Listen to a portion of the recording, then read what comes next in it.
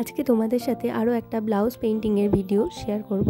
এখানে আমি নিয়ে এসেছি একটা লাল রঙের বাটার সিল্কের ব্লাউজ। এটা নিচে আমি খবরের কাগজ নিয়ে নিয়েছি যাতে রঙটা এপাশ থেকে ওপাশে লেগে না যায়। তোমরা কেউ চাইলে অন্য মোটা একটু কার্ডবোর্ডও ব্যবহার করতে পারো। এটা রং করার জন্য আমি 000 তুলি ব্যবহার করেছি। আর অ্যাক্রেলিক কালারের মধ্যে কিন্তু আমি কালার মিডিয়ামটা মিক্স করে নিয়েই এই ডিজাইনটা করেছি। খুব সিম্পলের মধ্যেই কিন্তু কলকাগুলো রয়েছে। তোমরা যারা ভাবছো যে বাড়িতে এই ধরনের ব্লাউজ ডিজাইন ট্রাই করবে তারা কিন্তু অবশ্যই করতে পারো। অনেক সময় ব্লাউজের উপর ডাবল কোট করতে হয় কালারটা আরও বেশি পরিষ্কার দেখানোর জন্য। তো এটা নিয়ে ভয় পাওয়ার কিছু নেই। অনেকেই জিজ্ঞাসা করে কোন কাপড়ের উপর করলে ডবল কোট করতে হয় না, কিন্তু সেভাবে কিছুই বলা যায় না। প্রায় অনেক কাপড়েই ডবল কোট করতে হয়।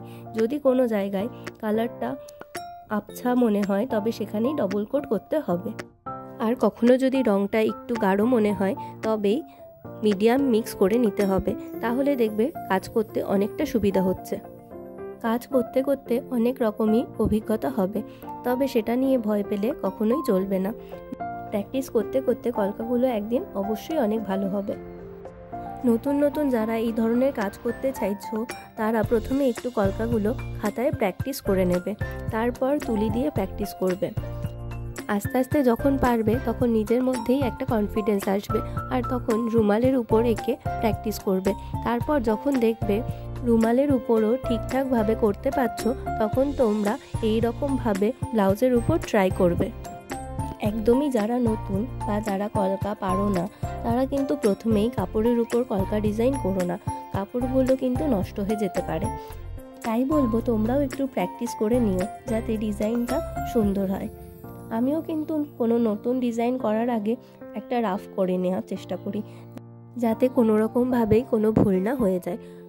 আর একটা কথা, ব্লাউজটাকে সমান করার জন্য তোমরা আয়রন করেও নিতে পারো যাতে ব্লাউজটা কুঁচকে না থাকে। কুঁচকে থাকলে কিন্তু রং করতে অনেক অসুবিধা হয়।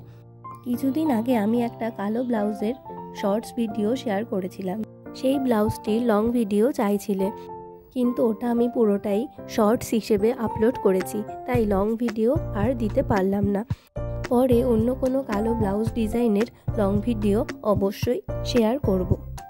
পুরো ব্লাউজটি কমপ্লিট করে অল্প সবুজ এবং কমলার টাচ দিয়েছিলাম যাতে দেখতে ভালো লাগে, আর উপরটা ফাঁকা থাকার কারণে ছোট ছোট পাতার মোটিভ করে দিয়েছিলাম। আর আজকের ভিডিওটা কেমন লাগলো অবশ্যই জানিও। ভালো লাগলে লাইক, কমেন্ট, শেয়ার করো। আরও কিছু জানতে চাইলে বা বুঝতে অসুবিধা হলে কমেন্ট বক্সে জানিও। Thank you for watching.